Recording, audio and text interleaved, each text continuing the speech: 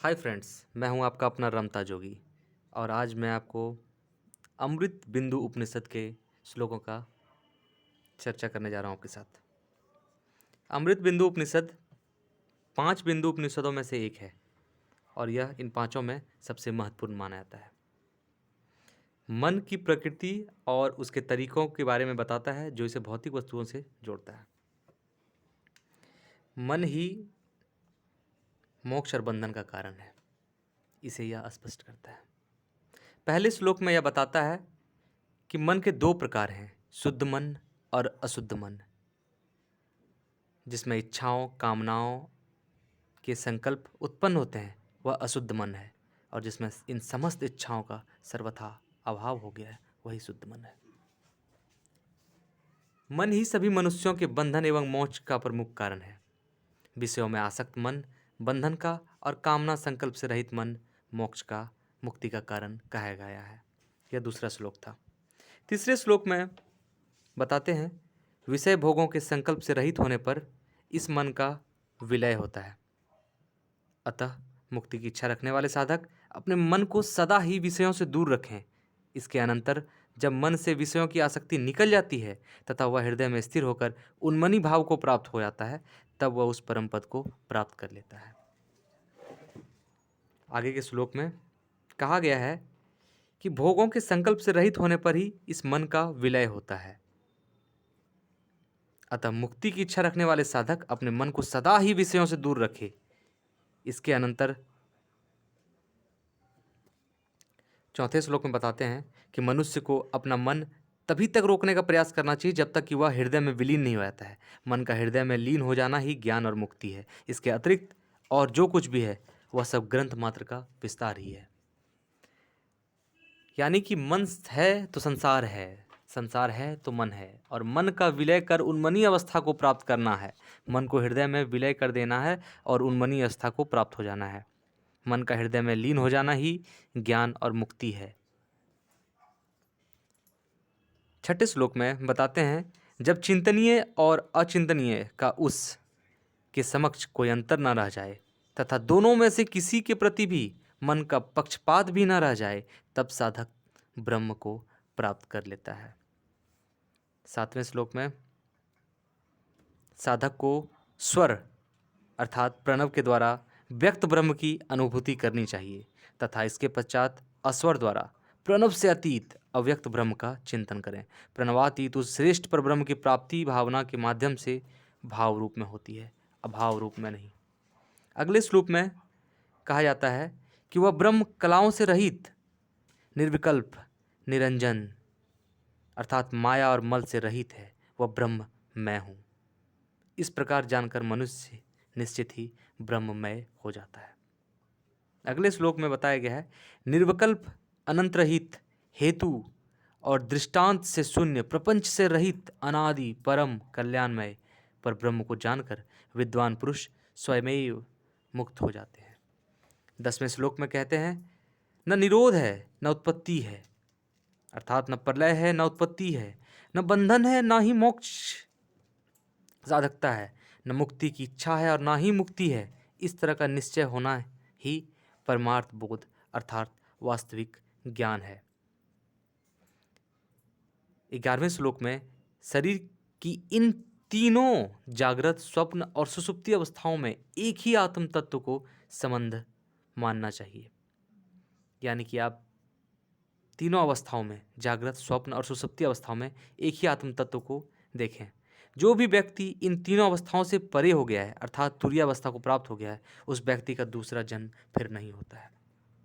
अगले श्लोक में बताया गया है कि समस्त भूत प्राणियों का एक ही अंतर्यामी हर एक प्राणी के अंतःकरण में विद्यमान है। जिस प्रकार अलग अलग जल में प्रतिबिंब चंद्रमा की तरह वही एक अनेक रूपों में दिखाई पड़ता है। यानी कि आप प्राणी मात्र में भेद ना करें, समस्त भूत प्राणियों में वही एक अंतर्यामी पर ब्रह्म परमेश्वर प्राणी के अंतःकरण में विद्यमान है। अगले श्लोक में है, घट में आकाश तत्व पूर्ण रूप से विद्यमान है, किंतु जिस प्रकार घड़े के छत विछत होने पर घड़े का ही विनाश होता है, उससे भरे हुए आकाश तत्व का नहीं, उसी प्रकार शरीर धारण करने वाला जीव भी आकाश के ही सदृश है। शरीर के विनष्ट होने से आत्मा का विनाश नहीं होता है, वह शाश्वत है। यह आत्मा की शाश्वतता को बता रहा है कि आपका शरीर चाहे नष्ट हो जाए, मगर आत्मा हमेशा से था, हमेशा से है। समस्त जीव प्राणियों का भिन्न भिन्न शरीर घट के समान ही है, जो बार बार टूटता है, फूटता है या विनाश को प्राप्त होता रहता है। यह विनाश को प्राप्त होने वाला जड़ शरीर अपने अंतःकरण में विद्यमान चिन्मय ब्रह्म को नहीं जानता है, किंतु वह सभी का साक्षी परमात्मा सभी शरीरों को सदा से जानता है। अगले श्लोक में बताया गया है, जब तक नाम रूपात्मक अस्तित्व रखने वाली माया के द्वारा यह जीवात्मा आवृत रहता है, तब तक बंधे हुए की भांति हृदय कमल में स्थित रहता है। जब अज्ञान रूपी अंधकार का विनाश हो जाता है, तब ज्ञान रूपी प्रकाश में विद्वान पुरुष जीवात्मा एवं परमात्मा के एकत्व का दर्शन प्राप्त कर लेता है। संभवतः यही श्लोक सबसे जरूरी भी है। पहले तो है कि मन का विलय होना जरूरी है, और दूसरा ये श्लोक जहाँ वो बता रहा है कि पुरुष जीवात्मा एवं परमात्मा के एकत्व का दर्शन प्राप्त कर लेता है। यही मोक्ष का मार्ग है। जब तक द्वैत का भाव है, तब तक कभी भी मुक्ति संभव नहीं है। मुक्ति तो केवल अद्वैत भाव से ही प्राप्त किया जा सकता है। जिस प्रकार विवेक चूड़ामणि में शंकराचार्य कहते हैं कि न तो प्राणायाम से, न ही भक्ति से, न ही योग से किसी भी तरह से मुक्ति संभव नहीं है, जब तक कि आत्मा और परमात्मा का एकत्व भाव को न जान लिया जाए। अमृत बिंदु के अगले श्लोक में बताते हैं कि शब्द ब्रह्म अर्थात प्रणव और पर ब्रह्म दोनों ही अक्षर हैं।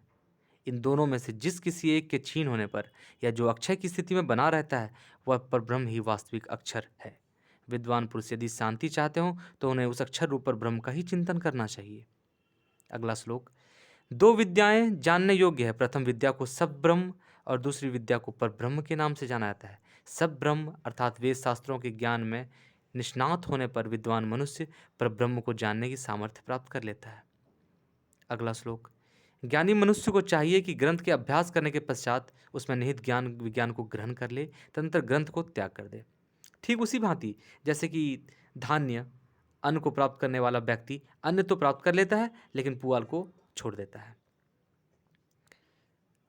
यानी कि इस श्लोक में बताया गया है कि अटैचमेंट जो है, ऐसा नहीं कि आप ग्रंथ से मुझे ये पसंद है, मुझे वो ग्रंथ पसंद है। ग्रंथ से जो लगाव होता है, आप एक बार उससे मथ के घी निकाल लें, बस यही सबसे ज़रूरी है, और उस ग्रंथ को वैसे ही त्याग दें जैसे व्यक्ति अनाज प्राप्त करने के बाद पुआल को। अगले श्लोक में बताया गया है, अनेक रूप रंगों वाली गौओं का दूध एक ही रंग का होता है। ठीक वैसे ही बुद्धिमान व्यक्ति अनेक सांप्रदायिक चिन्हों को धारण करने वाले मनुष्यों के विवेक को भी गौओं के दूध की तरह ही देखता है। बाहर के चिन्ह भेद से ज्ञान में किसी भी तरह का अंतर नहीं आने पाता। यह बताता है कि सत्य एक है, वह नहीं बदलता है।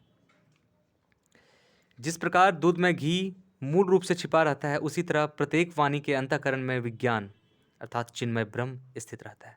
जैसे घृत प्राप्ति के लिए दूध का मंथन किया जाता है, वैसे विज्ञान स्वरूप ब्रह्म की प्राप्ति के लिए मन को मथानी रूप में परिणत करके सतत मंथन करते रहना चाहिए। इसके पश्चात ज्ञान दृष्टि प्राप्त करके अग्नि के सदृश तेज स्वरूप परमात्मा का इस भांति अनुभव करें कि वह कला शून्य, निश्चल एवं अति शांत पर ब्रह्म मैं स्वयं ही हूँ। यही विज्ञान कहा गया है। धन्यवाद।